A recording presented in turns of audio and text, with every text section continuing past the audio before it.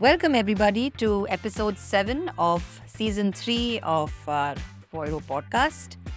You would have heard Anand's pre-recorded canned welcome, but today we have a special guest filling in for Anand today. Welcome Anil Karat, co-founder and Chief Architect at Voiro. How are you? I'm fine, thank you. Kavita, how are you? Good. On this fine Friday morning, I have a lot of interesting things I want to ask you about. One, because you're far more technical than I or Anand. So the conversation can go a little deeper to make sense to people who are listening from a technical perspective. Also, you are really great at simplifying complicated technology, in my opinion. So you can take it as a compliment. And the last time you came, we spoke about YouTube, if you remember. Yeah. And for everybody who's listening, Anil is famously distracted. So, in order to reduce his distraction, he went and bought himself a smaller screen. Yes.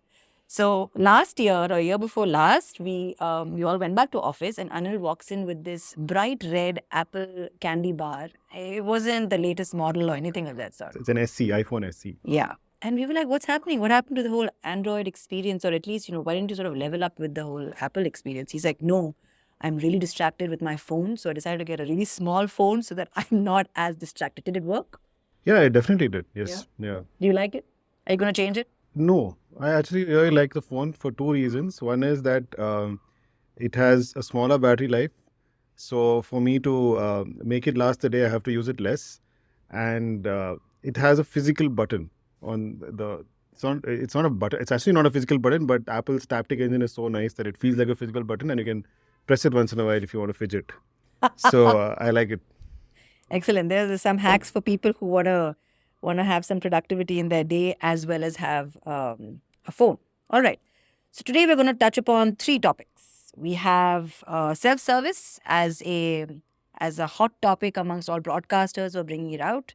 We have generative AI and its application in media and entertainment.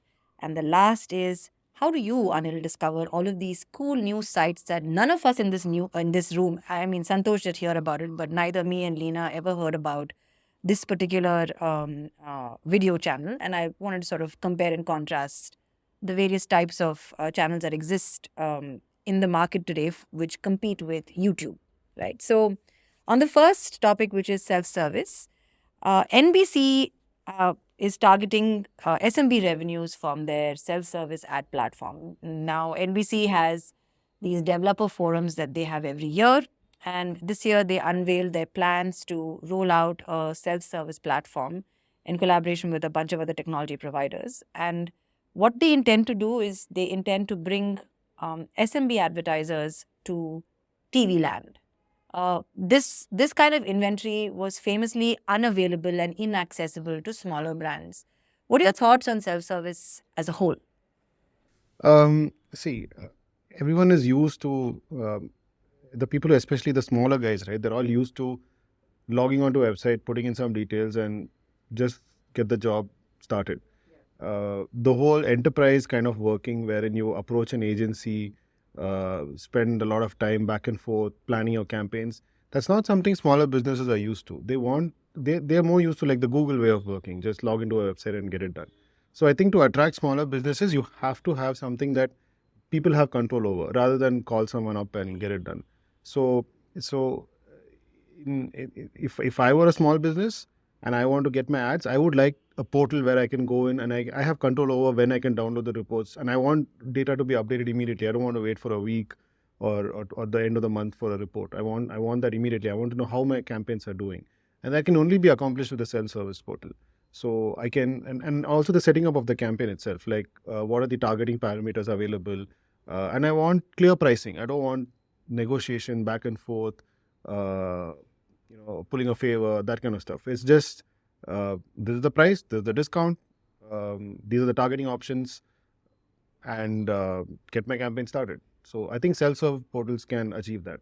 So yeah, and they're part of a larger mix, right? And whenever you read all of this news on how people are accessing various types of inventory or different types of audiences in terms of buying audiences as well, it has to be taken in conjunction to the larger pictures, adding to their wheel of how they are accessing various kinds of demands. It's not like self-service is going to replace direct sales, or neither should it cannibalize direct sales. It is for a type of audience like you rightly described, wants to be able to access this inventory on their own terms in the way they have been used to accessing digital inventory.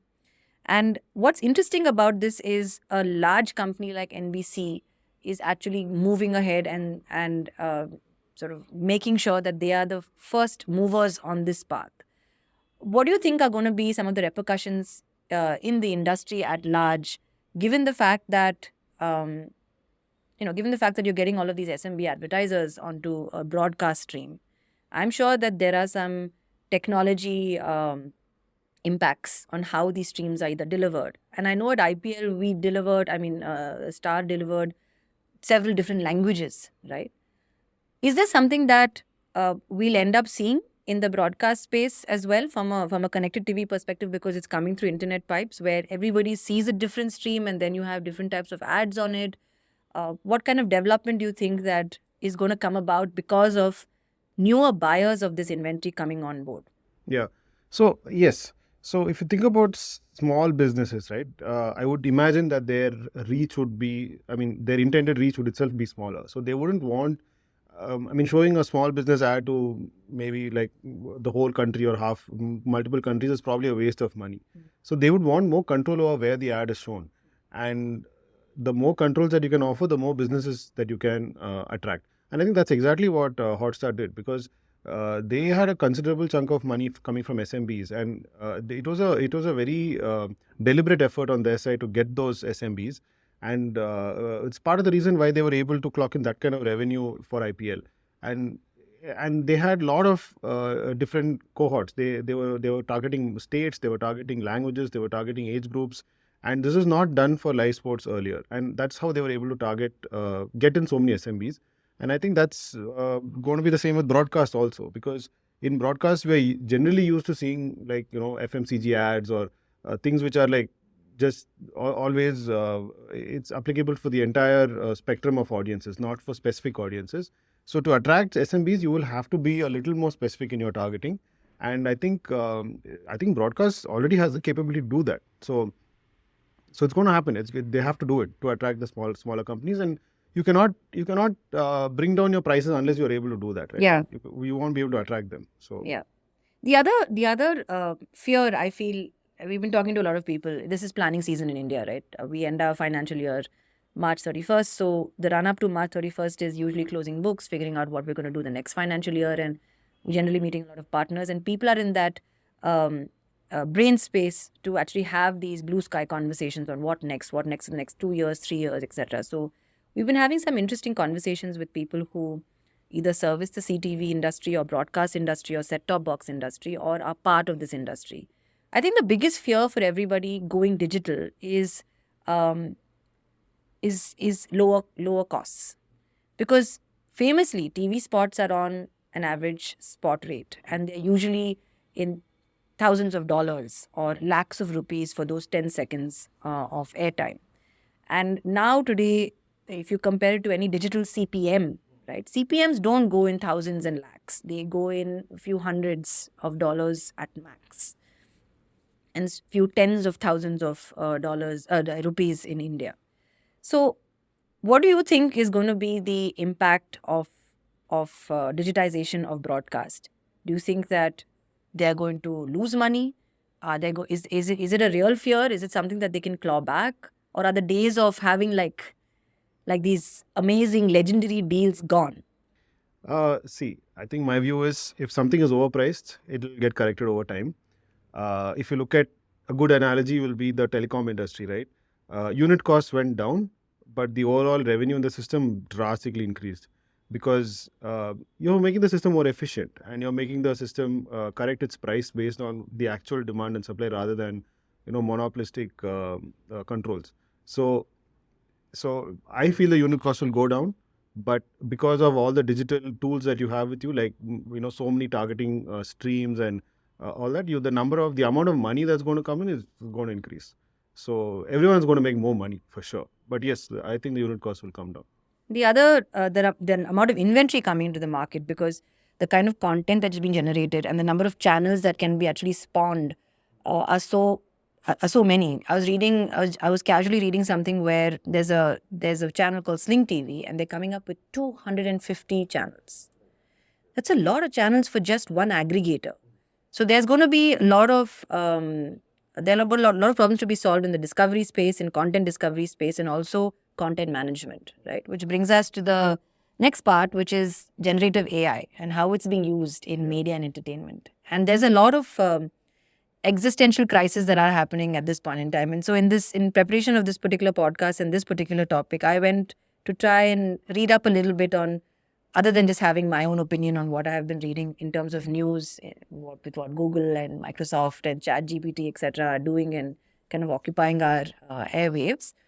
I went and read up this very nicely written article by this person called Sid Rath, who was the founder of a company called Athena's Owl. And it's a 2020 post, but it's still super relevant, very well researched about the various ways and various applications of generative AI in media and entertainment. And he lists a whole bunch of things from back-end operations to deep fakes to moderation to revival of old reels, old movies, and making sure that AI kind of helps that cause. What do you think is the place of generative AI in media and entertainment? And do you have any like favorites, as something like struck you as something funny?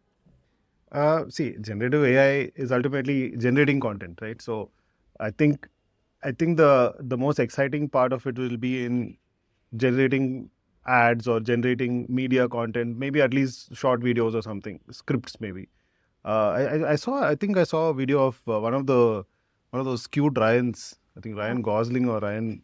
One of the Ryans. Yeah, one of the Ryans. One of the cute Ryans. Yeah, one of the cute Ryans had. I think they had got an AI to write an ad for them for one of the brands that they endorse, and it's done a good job.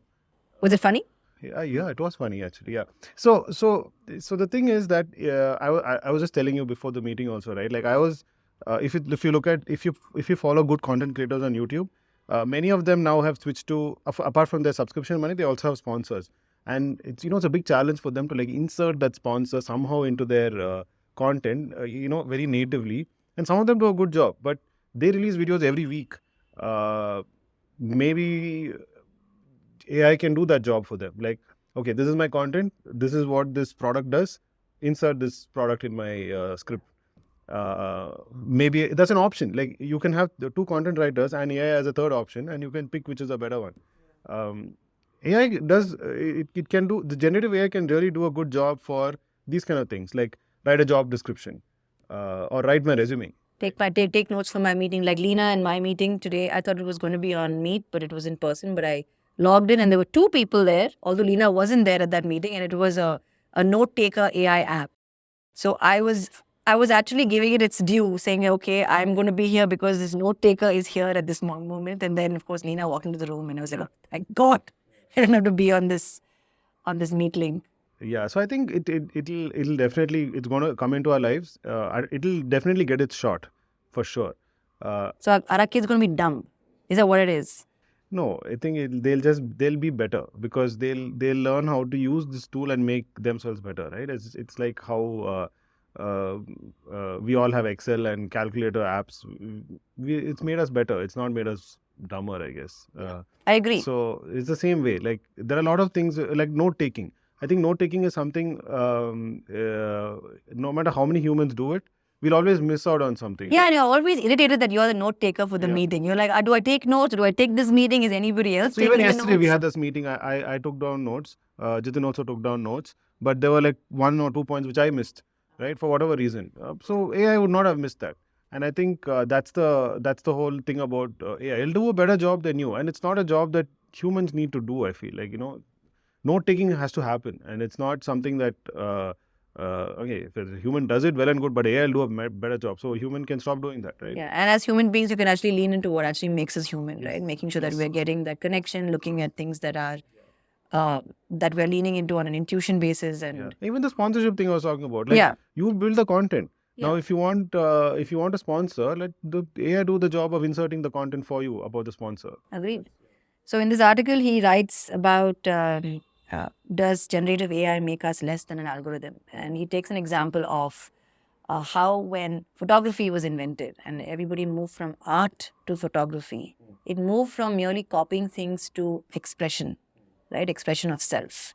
And that's when gave birth to a whole bunch of movements like cubism and stuff like that. But the point is that the point he makes is that it makes creativity easy. And I think there are so many examples of that in the last maybe 5 years, in which technology has made creativity easy. The most um, the most liked example has been TikTok, where people follow trends and people do creative things with it, or even Twitch and live streaming, right, where you live stream and teach people skills. I thought Twitch was only about gaming, but there are a whole bunch of live channels in which you're actually able to learn skills from people, and they're able to reach niche audiences at scale, which is such a paradox, right? How do you reach niche audiences at scale by doing stuff like this, and you find your tribe, so to speak, in this connected world? Yeah, CGI is the best example of that, right? Because if you look at the movies that were made in the 70s or 80s, I think a lot of creativity was curtailed because of I mean, of course, you can quote George Lucas where he said that he couldn't make the prequels because the technology wasn't good enough to make the graphics required for his imagination. So tools will always are going to like help your creativity. It's not going to Replace you. yeah, it's not going to replace. Yeah, it's not Yes. gonna Which is what is exciting about generative AI as well, right? It's going to push us as an entire race to be better at what we do and give us more time to lean into what makes us truly human, that aspect of creativity and looking at what has and writing about things that have never happened before. And I think AI will look at what has already happened and come up with predictions on what could happen based on what has already happened, and really not do a right shift to something that could be unimaginable because it had not yet been imagined, which is the exciting part about generative AI. Now, speaking of like discovering new things and like pushing the bar on various types of content, you famously are the person in office who comes and introduces us to things where I never thought that either come from you, number one. And I'm not being ageist or anything. I just think that you and I have the same influences, but clearly not. And you kind of introduce us to new things. So I always thought there were two, video platforms where I could actually go and access videos from, which was competition to YouTube. One is obviously YouTube, and then there was Vimeo. But you spoke about something new called Nebula. What is it?